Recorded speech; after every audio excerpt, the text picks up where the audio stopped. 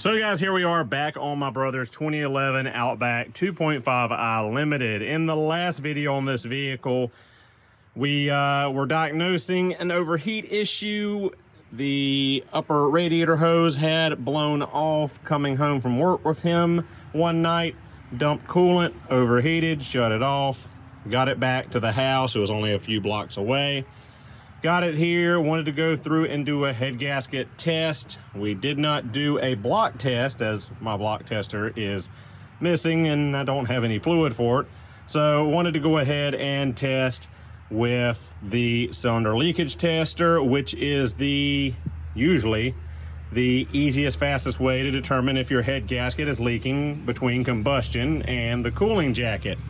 And we did a cylinder leakage test on all 4 cylinders and did not observe any air bubbling in the radiator.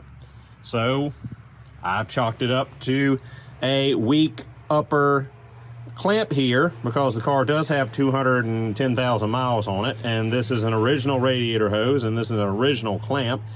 And when I pressure tested the system, this hose swole out quite a bit, more than I'd like to see. And I had originally thought that, it was just this was what the issue was, that when the system reached normal operational temperature and pressurized, that this clamp wasn't holding enough, blew it off. Then also, I was thinking we had a head gasket issue. After I got it back together, completely bled the cooling system, got this back on, ran it till the thermostat opened up, cooling fan cycled on and off several times. Didn't see any overheat issue, was running as it should, but I did notice there was some bubbles in the coolant reservoir, which would indicate that combustion gases are getting into the cooling system and are pushing past the radiator cap into the reservoir. So it's been 2 weeks now and I just haven't had any time to get to the car. I think it's actually over 2 weeks, and my brother's driving my old LL Bean Outback, which is very close, approaching 300,000 miles, and I do not want to miss that rollover. I think it's within 200 miles. And I've got all the stuff going on with my farm, all the stuff going on with my excavation, land clearing business, and I just don't have the time to pull this engine, tear it down, do a full reseal, and reinstall it. Plus, I've got other vehicles sitting around the yard of customers I need to get back to them, and I'm far behind as it is. So the original issue was this hose clamp was weak, and this upper hose kept pushing itself off the radiator. Now I'm going to try to do a little bit of a patch-up job here, as again I said, I don't have the time really to fix it correctly right now. So hopefully we can do this and it lasts him another 6 months to a year, something like that. Buy me some time to get myself into a position where I can actually work on and fix the car correctly. So what we've got is Subaru Genuine hose clamps, a Subaru Genuine new upper radiator hose, which, like I said, sorely needed it. It's well past its prime. And we're going to try a little bit of Subaru cooling system conditioner, aka Holtz Radwell, aka Stop Leak. So what we're going to do now is go ahead and drain the coolant down to below the upper hose here, where we can remove this hose, replace the hose, add in our cooling system conditioner, wink wink, and then use our vacuum refiller to refill the cooling system, making sure there's no air bubbles. And I'm just going to drive the car for a day or so, make sure it doesn't overheat, make sure the hose doesn't blow up, make sure the radiator doesn't explode, make sure that the system's not super overpressurizing itself, and hopefully, it'll hold out for a little while. So let's get to it.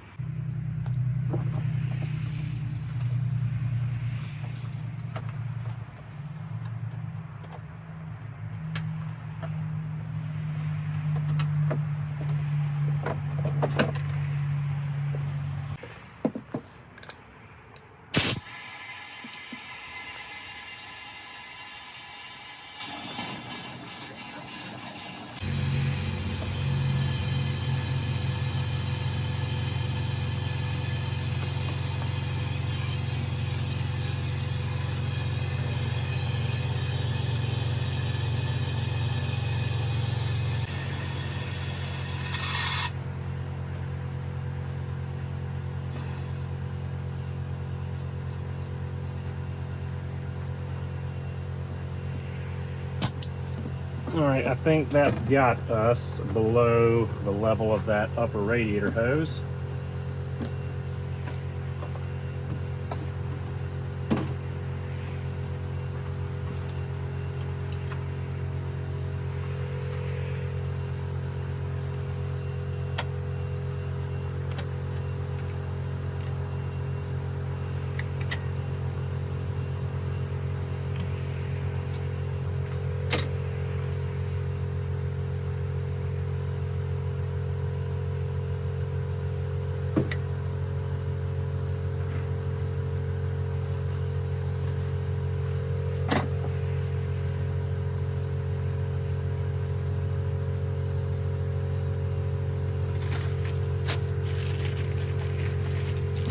And for those of you wondering, there's your part number, 45161AJ060.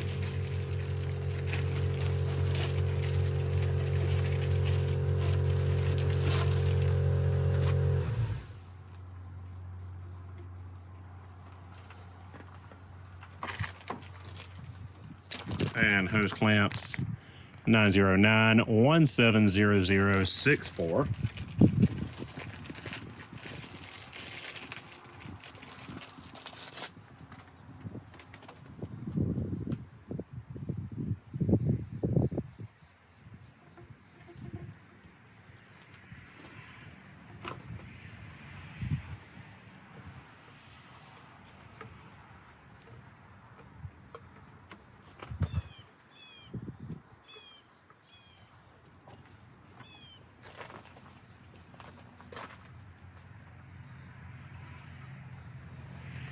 Well, I don't know how I didn't notice this before, but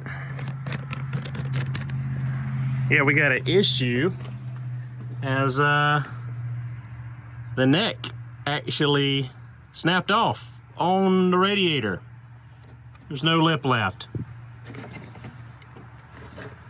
Where did it go? Well, now I don't know how to make heads or tails of this because I don't know what happened. Did this upper neck crack break off just due to age and heat cycles, being the factory original radiator with 210,000 miles? And when it did, the clamp just merely couldn't hold its pressure, system pressure, normal system pressure, and blew itself off of there, dumping the coolant. Are the head gaskets actually leaking and they overpressurize the system, causing the failure of the radiator filler neck? Really, really hard to say here, guys. At this point, it looks like I'm gonna have to get a radiator and replace the radiator, then replace the hose and the clamp, throw in some cooling conditioner just for the heck of it, just for safety's sake at this point, and run the car, drive the car, and see if we get any overheating issues or if anything in the cooling system fails. And so this is the thing that really, really sucks when it comes to auto repair. There's not always a cut and dry problem, solution, repair. A lot of times you get something like this that gives you multiple things, multiple monkey wrenches, where it's hard to get a clear-cut, accurate diagnosis. At first I thought it was a bad hose and a bad spring. I did not realize that this neck had broken off. Then I thought, hey, maybe it's head gaskets because of the bubbling and the overflow. And, you know, it's just, this is the part that makes you want to pull your hair out, because it's like, well, did the radiator fail? Or the head gaskets failing? Which is it? Did the head gaskets overpressurize and blow the radiator? Did the radiator fail from age and then it overheated because it blew off? It's just, what do I do at this point? So I guess I'm going to go ahead and have to put a radiator in it at the bare minimum, do this and see what comes out of it. So I will just have to make another video updating you guys on how the drama of my brother's Outback plays out, because this has gotten quite ridiculous from an overheat incident to this sideshow. So off to call the Subaru dealership and get a radiator on the way, and I will see you guys in the next video.